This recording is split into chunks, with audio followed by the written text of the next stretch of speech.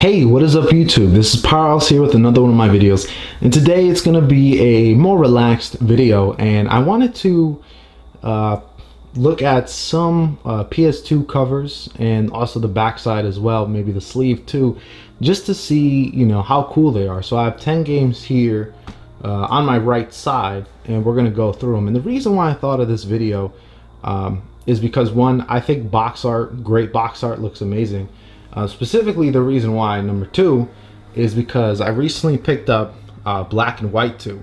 And man, this box art is incredible. I love this whole, red here on the bottom, blue, the nice contrast here, the Black and White 2 text in black, and then the white in the background, nice contrast. And also it's a nice little deviation, or it's like an alternate take on the whole yin and yang thing. So I found that to be pretty cool. The side of the box looks cool, and I know this is a PC box, and some of the screenshots are pretty cool. A lot of the good on the right side and the evil on the left, so I like how they did that too. Nice little symmetry. This was just a bonus game, but yeah, this game, just looking at it, really inspired me to make a video like that, to go over some of the PS2 games, because I don't really have a lot of boxed PC games.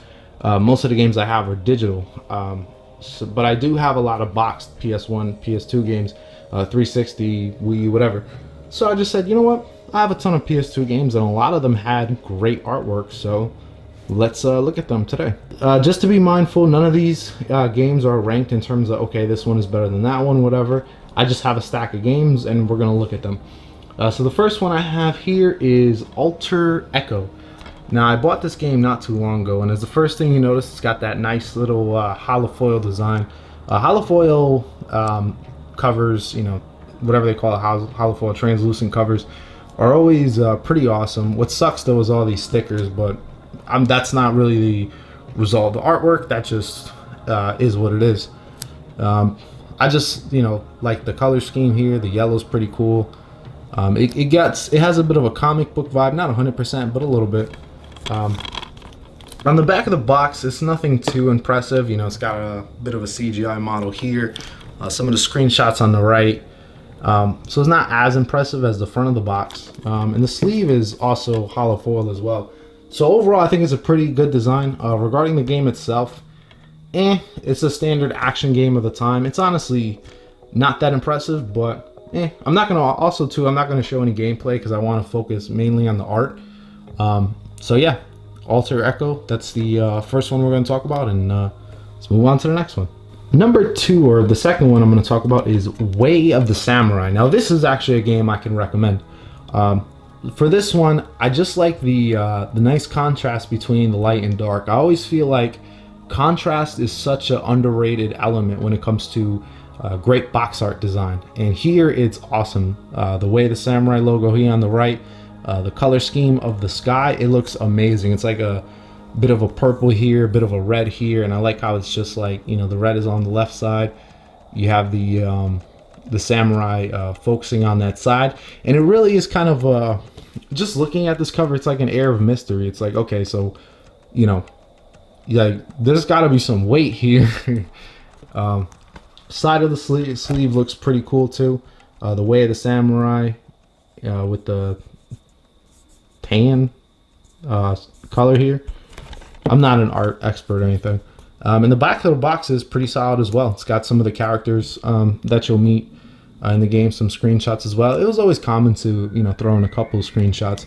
I like the font style. I like the color scheme in the back. Definitely gives that old feudal feeling, feudal Japan feeling, which this game does take place at the year 1878. So at the very end, basically around the Meiji restoration. So it's a very interesting time period, and this is a game, like I said, I would definitely recommend. I know a lot of people who like the Way the Samurai games love this one the best. I prefer 2, just because of the storyline in 2. I feel like it was better than 1. But either way, yeah, I would recommend this one. So the next one, I cheated a bit because I really couldn't figure out what to do. So I just put these 2 here, and they're both of the Castlevania games. The artwork on here is just incredible. Let's look at Lament of Innocence first, then we'll look at Curse of Darkness before. Just this art style, I don't think I've really seen another PS2 game with this kind of dark gothic art style. It fits Castlevania perfectly, especially this era of it. Side of the sleeve, it's not too impressive. You know, it's got the Castlevania logo here, Lament of Innocence. The color scheme is black. The back of the box isn't too impressive. They got a CGI or CG model, or basically an in-game model there. I've never really been that impressed with the like when games show like the in-game models. That stuff just doesn't age well going forward. And I get it's like, oh, it's a product of its time, so whatever, but just looking forward, it never ages well. I always say hand-drawn stuff always ages much better, which is why the front of the case does. I kind of have a combined opinion for both games, but basically for this one, it's more linear than this one. This one is more of a 3D Metroid Vania. This one is more just a linear game. So both of these games are okay. I wouldn't really go out of my way to recommend them. Visually inside, they're not that great. But this one, Curse of Darkness, it's also great. I do love, again, the gothic artwork. The nice use of red, the nice use of colors is just awesome. Side of the sleeve, kind of the same thing, just like, you know, black in the logo, which is fine. I mean, it is what it is. But the back of the box here, I think, is way more impressive here than over there, mainly because of the drawing of, I think this is supposed to be Dracula. But this game is, like I said, it's all right. It's more ambitious than this one because it's trying to be like a 3D Metroidvania, which you don't really see a lot of those. I mean, I know they exist. I'm not going to say they don't, but most Metroidvanias you see nowadays are more side scrollers instead of 3D. So it's good for what it is, but it is kind of boring. And it's always cool. Like, the visuals are really cool, like, you know, on the front of the box, but in the game, not sure if you could really see it here, but it's more just kind of average, and that's a big issue I have with the game. Just like, it all looks drab and kind of the same, but I guess that's expected of the series. I'm not the biggest Castlevania fan. Like I said, I've played some of the games, but it is what it is. Now, this next game, I am a fan of what it's based on, not really of the game, in my opinion, and that is Inuyasha, The Secret of the Cursed Mask. Right away, the colors jump out at me. It's, you know, it's anime style, which I try not to include too many of those because it's like, you know, I love anime style drawings. You know, I'm not the biggest anime fan out there, but I always love the visuals of anime. It's always great. I just love it. So this is a great representation of it. Has most of the characters that you'll run across in the game. You know, you got Inuyasha giving you a hand. It's kind of cool, you know, like, take my hand, we got you, fam. And I'm like, yo, if I saw Inuyasha in real life, I'd dap him up. But he trying to dap you with the left hand, you dap with the right. He don't know that though, but it's okay. Side is not impressive. It literally is just the text of the game in white. Not very impressive. The back of the box, it's got some more drawings, so it definitely is pretty cool overall, and some screenshots as always. Overall, I really like the design of this box.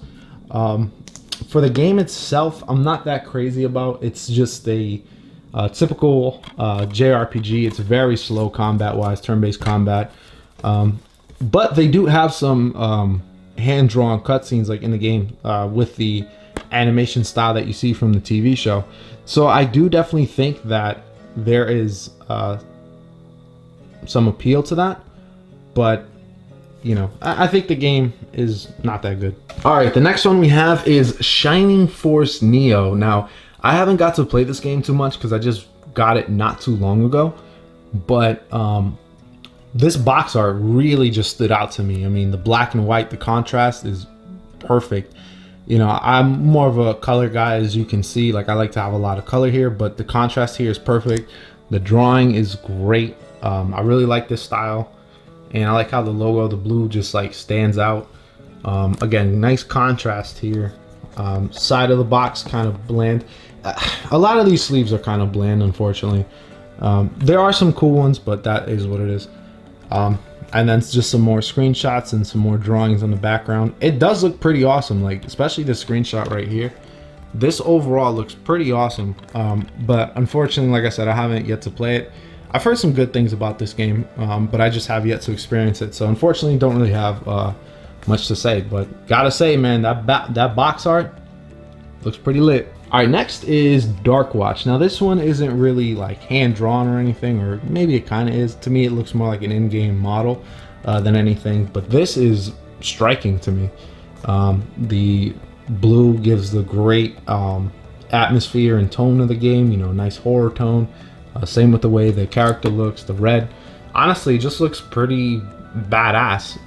I've owned this game for a while, but I've yet to really like dive into it. I think review wise it was decent, but it wasn't like well received. Looking at it though, from what I read, it does definitely look like a game that I would, you know, have fun with. Ton of weapons to play with and stuff. Side of the box is actually pretty good too.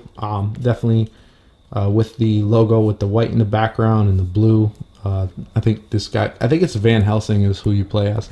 So overall, I say like it just does very well. Back of the box, not as impressive. 4 giant screenshots here, and it seems like the background, which is probably the coolest part, seems to be very obscured by all this. Death fears those who wear the badge, I guess. Being a vampire hunter and all that. But yeah, overall, I mean, this is a pretty cool box art, like I said, for its own reason.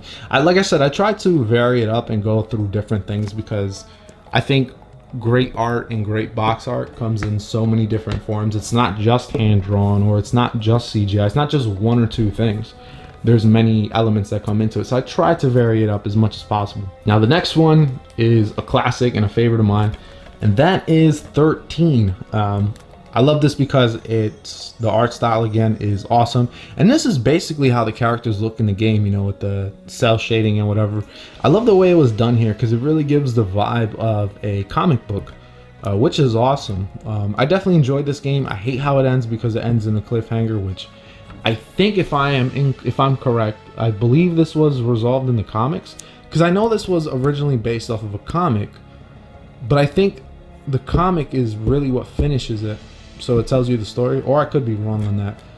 But yeah, side of the sleeve, nothing too much, but it's just, I kind of do like the way the logo is presented instead of it being this way. Just keep it like that. I think it's a cool little twist.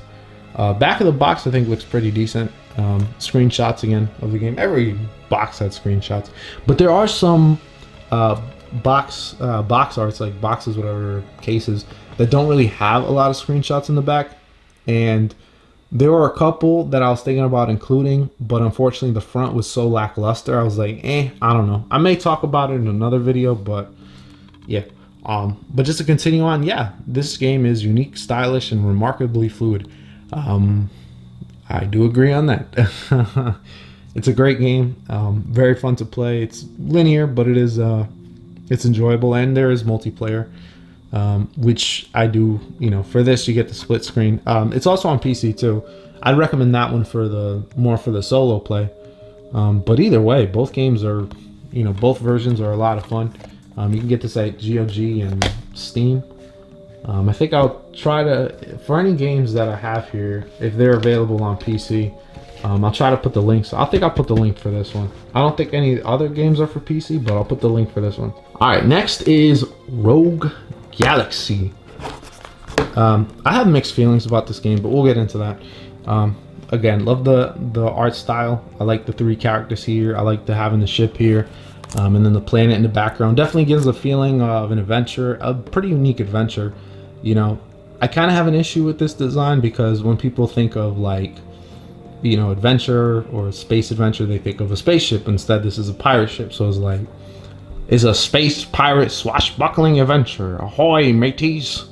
Set course to planet Earth, or whatever. Actually, I don't even think Earth is in this game. But yeah, you know, 3 of the characters here, and I think basically 3 main characters. It's kind of an asshole, this guy, but side issue. It's my boy, Jas the Rogue, and I don't remember her name. But side of the box, again, just black and white text, nothing really to see. Back of the box looks freaking awesome. Like, just look at this, the color here. Like, I just love like colors like this, where it's like, it's not just a red or like one kind of color. It's like a nice aqua, like this aqua tealish color. It's very beautiful. You know, screenshots here on the left, they're not too obstructive, which I really like. Instead just gives you a view of the planet, Jaster looking out. It's great. I'm trying to get this red light out of here, but I can't. So overall, man, this back of the box is so awesome. More than 100 hours of gameplay. I think this game has a lot. There's a lot. Content wise, it's great. But the problem is I kind of got annoyed with the combat, because it's after you learn like certain moves, you can just spam the same moves over and over again, and basically nobody will kill you for the most part. You'll almost be undefeated, unbeatable. And honestly, the story to me just wasn't very good. And it sucks because I think the setting itself is unique, and there are interesting moments within the story. Like you can tell like they really wanted this game. Sony really wanted this game to succeed, but it was released in such a bad time. There's better videos out there that talk about this game better than I can. But yeah, this was such a golden opportunity, I feel like, that was ultimately wasted because they released it in a different window. I think I would have liked to have seen a sequel in this game, because I heard the story doesn't really end on a good note. Like I think it's a cliffhanger, which sucks. But unfortunately, that is what it is. I'm still mixed on the game, and a part of me knowing what I know, like, oh, the story's supposed to continue in a different game, has kind of prevented me from finishing it. All right, the next one, once again, I'm gonna have 3 games up here, and that is the Kingdom Hearts. I think I got these in order. Oh, I got them in the wrong order, but whatever. Kingdom Hearts 1, again, all these have great artwork. I'm just gonna say that to start out with. This one in particular, I love the contrast between the heart and the characters. The color between the darkness and the light. It's a nice contrast, very symbolic of the game, and the darkness and the nothingness, I think it's called. I'm not like 100% familiar on Kingdom Hearts lore, so forgive me. Side panel. Oh no, I did talk about the side panel for the other one. Side panel. You know, we gotta know that Disney and SquareSoft. Rare you see developers and people here, but yeah. In the back of the box looks freaking amazing. Screenshots here on the right with the different Disney characters, and the left got a bit of a hollow foil to it. Not really too noticeable, but it's a little bit noticeable. I don't really want to comment too much on the Kingdom Hearts games because, oh man, I mean, people have said it, bizarre stories or whatever. And but yeah, games are great. So all the games are great. I'm not gonna like get too much in depth in the Kingdom Hearts games. They're great games. Bizarre stories. Kingdom Hearts 2, this one has a nice holofoil. You know, I like the holofoil artwork, again, fantastic. So I just like this, I guess in a pose way. None of them are really doing anything that impressive. They all just kind of chilling, but I think, you know, artwork is pretty good. I like good quality artwork. Side. Get to focus. All right, so back to the focusing. Again, Kingdom Hearts 2, almost the same, verbatim. Back of the box has a very similar format with the character on one side and the small screenshots on the other. Not bad. Sorry if it sounds like I'm skimming through it. It's just, again, I don't really want to get too detailed on these games because they're all good games, just story is bizarre. And they've been talked about to death. Kingdom Hearts Rechain of Memories probably has the best in terms of the artwork and the pose and all that stuff. Seeing the different characters that you meet along the way, the Disney characters here, and forgot that character, and how they're all kind of just like, you know, looking in the distance. Great artwork, you know, got the nothingness, I think. Holofoil, again, you know how much I love those. Side of the box, they got rid of the developer and Disney, just kept it in the middle, which is fun. And once again, the artwork is the same, you know, left. There are more screenshots here, which I think is fine. But overall, I think this one is my favorite. I'd probably, you know, basically the order I did it, reverse that, and I would say which one is my favorite. So this one is my favorite, followed by Kingdom Hearts 2, and then at the end, the Kingdom Hearts 1. For the box art, not necessarily the quality of the game. And last but definitely not least is Unlimited Saga for the PS2. I got a lot to say about this game, but before, one thing at a time, let's go to the artwork. I love this artwork. I mean, I love the way it's written here on the side, Unlimited Saga. The font choice is perfect. I like the colors here. Once again, perfect. It's got like a nice water, you know, kind of like a watercolor vibe to it. It's something just really cool just looking at it. All the combination of the elements look great. It's always funny. I'm making it seem like this, like I'm some art major, but like I said, I don't really know the correct terminology. So I apologize if I get anything wrong. Side of the box, just again, white text and brown background. At least it's not a black background this time. Back of the box looks pretty cool. I like the font style that's used. It just feels like it's a unique box for a very unique game. If I can say one thing positive about Unlimited Saga, is there's nothing like it. You will never play a game like Unlimited Saga. It's one of the most unique games I've ever played. However, it is one of the most frustrating games I've ever played because nothing is told to you. You really have to read the manual, and even that won't give you an idea of really what you need to do. There's still a lot to figure out, and you can easily bone yourself without even knowing. That's my biggest frustration with this game. You can make mistakes, but you don't even know what you're doing wrong. Like, there's such a lack of feedback on certain actions, and you won't know until way later, oh shoot, I screwed up. I should not have done this. You won't know that until, you know, until way later down the line. And by that point, you're screwed. You might as well just start the game over. It's really frustrating, especially on certain characters. 8 characters to play. It's basically like, it is advertised as a JRPG, but I, again, have not played a JRPG like this. It's got board game elements. It's got freaking, you have to rest. It's got D&D elements. It's, it's got stories. Some of the characters are fun, and the combat can be enjoyable. Music is great. The music is beautiful in this game. But overall, I mean, this game is just...